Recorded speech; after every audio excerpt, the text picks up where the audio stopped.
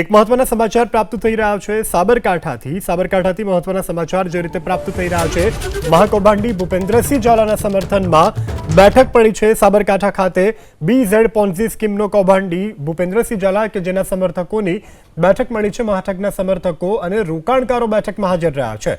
મહાકૌભાંડીને jail મુક્ત કરવા માટે બેઠકનું આયોજન કરવામાં આવ્યું છે। સમર્થકો અને રોકાણકારોએ સોગંદનામા કરી સરકાર સુધી પહોંચાડવા છે। તો ભૂપેન્દ્રસિંહ ઝાલાના સમર્થનમાં બેઠકનું આયોજન કરવામાં આવ્યું છે। મહાકૌભાંડી ભૂપેન્દ્રસિંહ ઝાલાના સમર્થનમાં બેઠકનું આયોજન કરવામાં આવ્યું છે। સમર્થકો અને રોકાણકારોએ બેઠક કરી છે।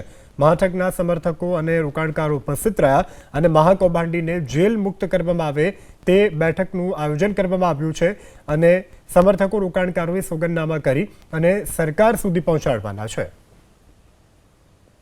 એટલે અમે આજે રોકાણકારોની બેઠક રાખી હતી અને એમાં એક એફિડેવિટ અમે બનાવ્યું છે કે જેમાં રોકાણકારો પોતે સંમતિથી એવું કહે છે કે ભાઈ અમે જે પૈસા રોક્યા એનું વળતર અમને ટાઈમસર મળ્યું છે, અમને કોઈ ફરિયાદ નથી ને અમારી સાથે કોઈ છેતરપિંડી થઈ નથી।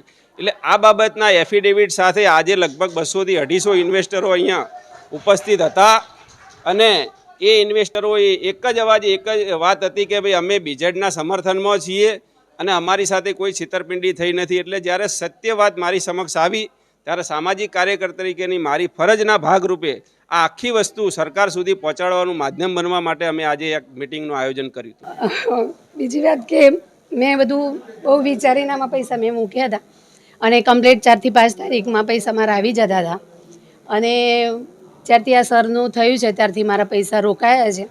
હું એટલું ઈચ્છું છું કે સરને વહેલી તકે આ બધો મામલામાંથી નીકળી જાય અને એમને સારો એવો ન્યાય મળે।